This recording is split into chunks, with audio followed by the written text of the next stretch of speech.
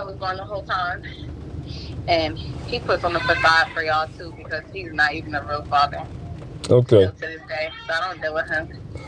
But I want to know, I mean, like, how is it that, because you were part of the Hafiz program at one point, right? You used to come to the class and learn. If you didn't, I mean, how did that work out? Like, you were not feeling the Jamaat, yet you were coming onto the land. What was that like? Because everybody, I think when you came and moved, everybody was bragging about you. And when Abu put us in the program, we liked it, but he would just drop us off and take us back. I had encounters with some of the women, and they were judgmental. Like, they would tell me how I needed dress and all this other stuff. So, like I said, we kind of stayed away from them. Now, and how, I mean, because you came to the Hafiz program, and I remember you being there with your family and everything like that. But, and you say they told you to dress down. Did they mention, like, about evil spirits or demons, stuff like that? I mean, did you hear any of that while you were on the land? Like, you're talking about, like, possessions? Yes. Yeah, apparently they used to give lashes and stuff to a lot of people. They used to give what? Lashes and stuff to a lot of people. Lashes as in what? Beating them? Mm-hmm. You saw them beat somebody? One person. Okay. And why? Because they were possessed? So, okay. It was like two different situations. So, I don't know if you've ever heard of what happened with Mubarak's son and me and my sister, but he basically violated us. So I saw them give lashes to him, and I just heard of the other stuff. Like, I heard that there was abandoned houses.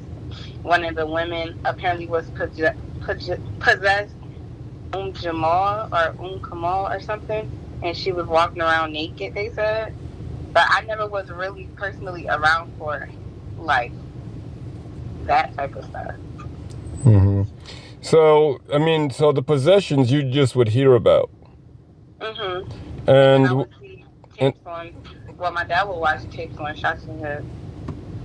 He would watch tapes on what? Like, Shah Sahib. Shah Sahib. Did you watch tapes with him when he watched it, or did you try to watch it? I was too scared, I'm not gonna lie. You were too scared to watch the tapes? Yeah.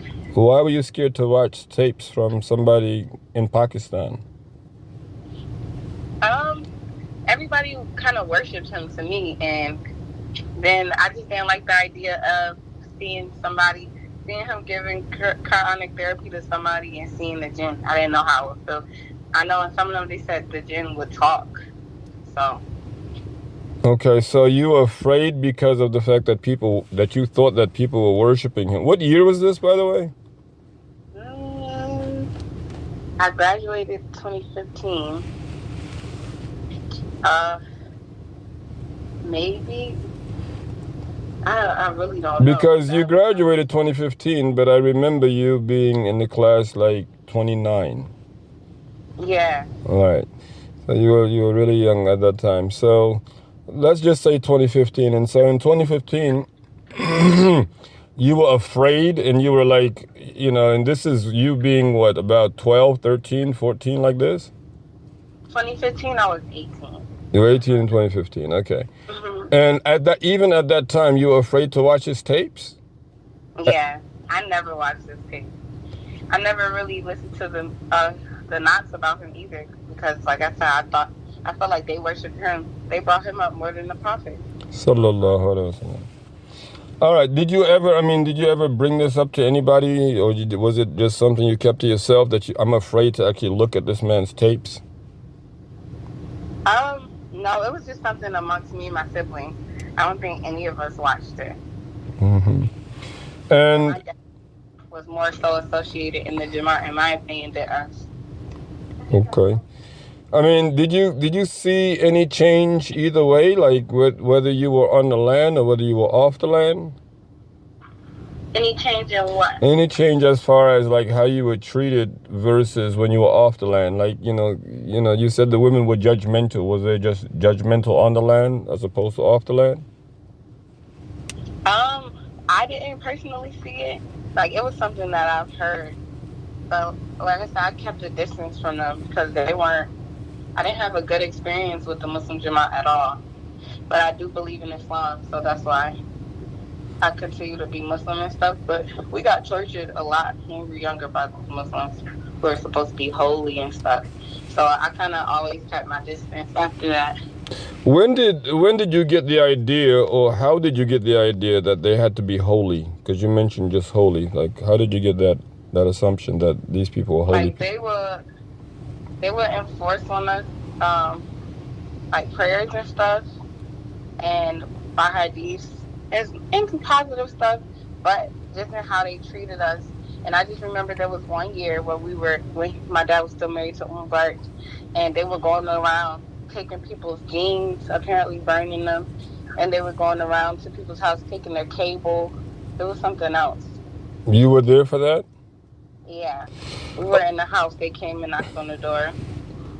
Along with that, That was, they came, they knocked on the door, and then what happened? wait, when was that? When were we living with Mubarak the last year? Yeah, I really don't even remember. But she threw it out. She threw out her cable and whatever jeans they had and everything. Everybody did. Everybody had games? Yeah, people would go, like, they went around, the head of the people, I guess, went around to everybody's door and went. I don't know how exactly it went, but I know that they went through their belongings and threw out jeans. They were saying that they always look like Shaji said. So. Shaji. Mm-hmm. They said Shaji told them to do it? Yeah. What else did you hear about what Shaji said for them to do when you actually saw it happen, besides them knocking on doors and pulling out people's cables and games? Nothing off the top of my head. Like I said, I didn't really associate myself too much with them. Mm-hmm. But definitely if I think of something, I'll let you know. Is there a possibility that things that you were afraid of, like you were afraid to watch his video cassette or whatever, that they may have gotten wind of the fact that you didn't associate yourself with being like, into him, so therefore they treated you differently? Or in other words, why do you think that they treated you in the way they treated you and your siblings? I don't know. Personally, I just feel like it's always a choice. So I feel like they're evil people. But like I said, they did worship him, in my opinion. They brought him up sometimes more than they brought up Allah. It was always the Shaji said with that Jamaat. It was always Shaji said. Yeah, I mean, no, I get it. I definitely understand. I mean, this has been like a major thing, where we do not understand the concept of shirk, what it means to associate with Allah. So it gets out of hand, and then, it goes to that extent.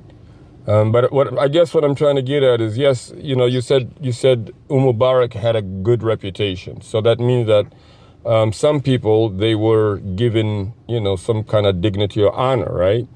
But then for you and your siblings, they were putting down. So you didn't have honor, right? Yeah. So was that a common thing where some people are given like all this honor and then some people are like looking down as dirt? Would you agree with that? Yes, definitely. Mm-hmm. And so more than enough situations where one is given all this honor and then the other one is looked down and ostracized, basically. Mm-hmm. What would you say if you were told that Shaji had the ability to take people to paradise? Have you heard that before? Yeah. I heard that he was able to travel between worlds and stuff like that. Mm-hmm. And I didn't understand it because, like I said, I know Christians who call people prophets and who believe that people can see ahead, and I felt like that's kind of what I saw him as, what the Christians consider their prophets, because people believed in him so much because they even said that he can come to your house in spirit form, so stay dressed. I heard that before. Say that again. I said they said that he can come to your house in spirit form, so like make sure you stay dressed in your home. And this was said to you? Mm-hmm. Was it said in the group as like other people heard that, or you were told just by yourself? I really don't remember. I really don't Not to remember. say that this hasn't been heard before. Like there are enough people who say that he comes back as a white hawk, and that's his spiritual form, and he can see inside. So yes, we've heard that before. But as far as you hearing it, you're not able to say if it was said in a group, like if it was like a some kind of something happening going on, or you were in a class and the teacher said something to that nature, or was it just like a word that was surfacing? No, my dad never took us to school there, other than with you. But I think it might have came from him. Like I said, he was more so tied into the Jamaat with the friends he had and stuff. But I don't even know if it came from him. Like it was so long ago. Okay. I feel like I have trauma brain, so I don't remember everything. What would you say that he actually practiced witchcraft? Maybe that's why, that had something to do with it. Particularly when you say that the jinn could come out, and you had questions about the jinn coming out, correct? Mm-hmm. All right. So what would you say to the notion that in reality, yes, he did practice witchcraft? I would believe it. You would believe it. Why would you believe it? But I would be shocked, honestly, because I remember when we went to East and stuff, and we would all be bickering and as a group, and they always brought him up. Like they would put him in their recitation or their praise. Mm-hmm. Mm-hmm. And so you're saying that's why you would be able to believe it, because they always brought him up as a saint or something when they basically sanctified him in Eid and whatnot. Mm-hmm. Even in the shrine on one of the lands, I remember. Okay. They always, like I said, they always praised him. And I feel like they praised him over, and he's kind of a modern day man, in my opinion. But I didn't really know too much about him to say too much. But yeah, they kind of brought him up more than, like I said, the Prophet. Sallallahu alaihi wasallam. I mean, it's very interesting. You had this fear. And what would you say to the fact that it was possible that Allah subhanahu wa ta'ala wanted to protect you with fear? Oh, I never thought of that. So what do you say to that notion? I will believe that. Because Allah Ta'ala guides whom He wills, and He puts it inside of the hearts of the believers and the hearts of the non-believers. He encourages the believers to be firm and strong, and He also deceives the non-believers to be dubious, or I should say to be doomed in what it is that they're doing, their darkness. And He uses one to test the party of another. This is just how He operates. It's plainly in the Quran. So instead of you having to have, because there are a lot of, there are a lot of women, right? Because you're, what are you now, 30 or 20? I'm 26. 26, that's what I thought. But there are a lot of 26-year-olds that are completely in love with him. I mean, they're still willing to go to their grave believing in him, right? I know. And a lot of young women wanted to marry him, like young women, I heard. So again, I mean, obviously, if you're worshiping someone, you want to be with them, and so a lot of the youngsters who are still captivated in there, they still believe in him, although he's demised. Allah took him, Allah seized him, and there was nothing anybody could do about it. Allah saved you from that type of love, because that's very confusing for them right now. And I know myself, because my own my two elder daughters, are in that mess. And wow. Yes, it's Allah tests. Allah again, He tests some with others.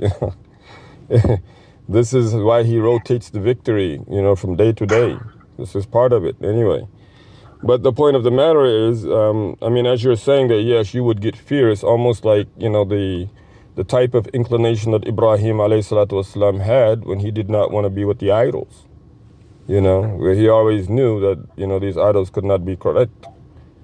So a lot, so there is that possibility. But of course, right now we're working desperately, to get the real story out.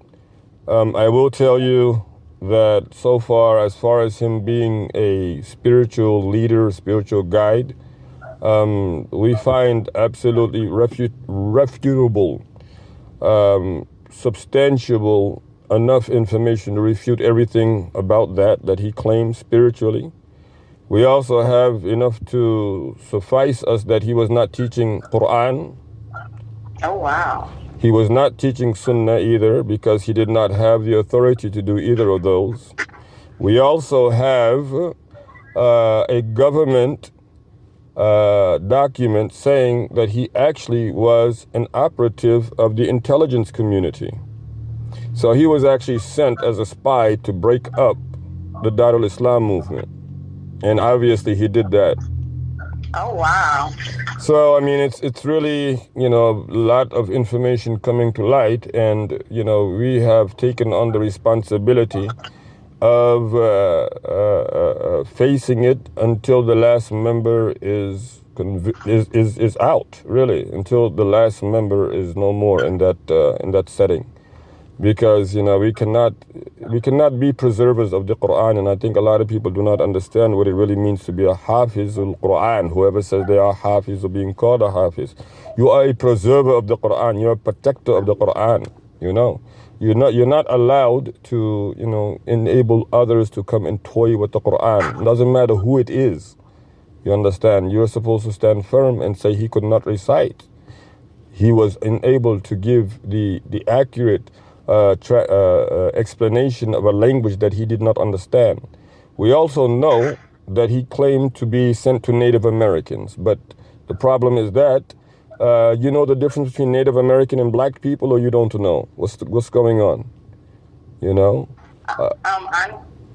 Honestly, I don't know. He claimed to be sent to Native Americans. That's what his first claim was. When he came to America, he claimed to be sent to Native Americans, but then he found black people. So, again, sarcastically asking, you don't know the difference between Native American and black people?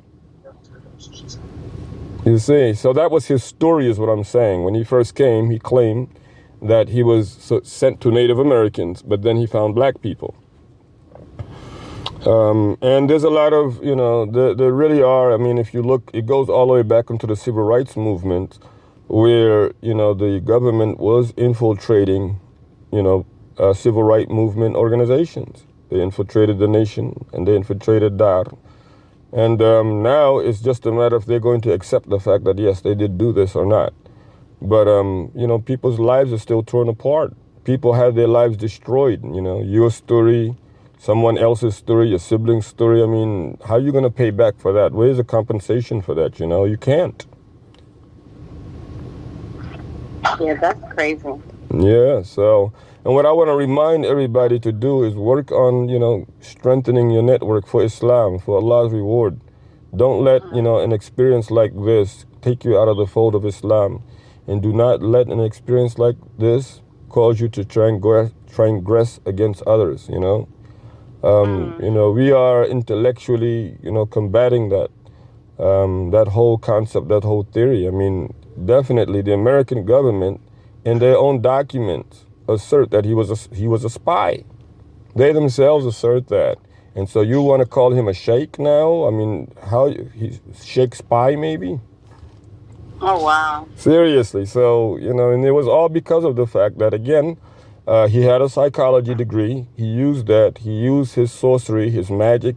He used that, that stuff that he learned practically on his own, and he used the people's ignorance of themselves, of their religion, of who he was. He used the ignorance of what actually he made best of. He used their misinformation to misguide them, and he did it very well. Because until today, again, you have people waiting to see his predictions. He had a lot of predictions too.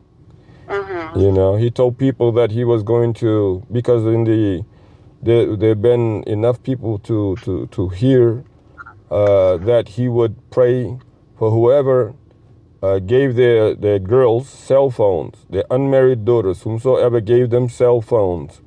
If they were unmarried, then he was going to intercede for them to go to hellfire on the day of judgment. What? So he had, again, you have this man, he's talking about being able to take people to Jannah and bring them back. And also, he's got hellfire that he can put people in.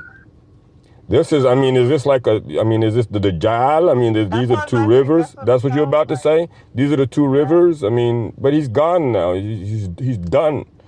You know, Soleimani Brigade were there. They said he's through. You buried him. I mean, he's 6 feet under. What else do you want here?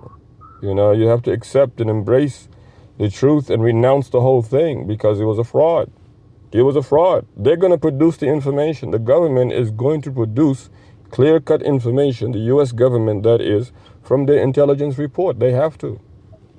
I mean, their alibi, the intelligence alibi is just, I mean, it's falling apart. They claim that he was an associate with bin Laden. But but they themselves were an associate with bin Laden.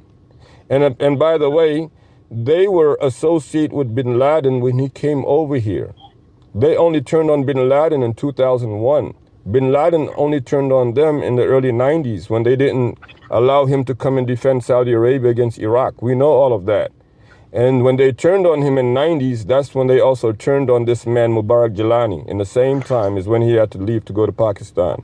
Isn't that strange?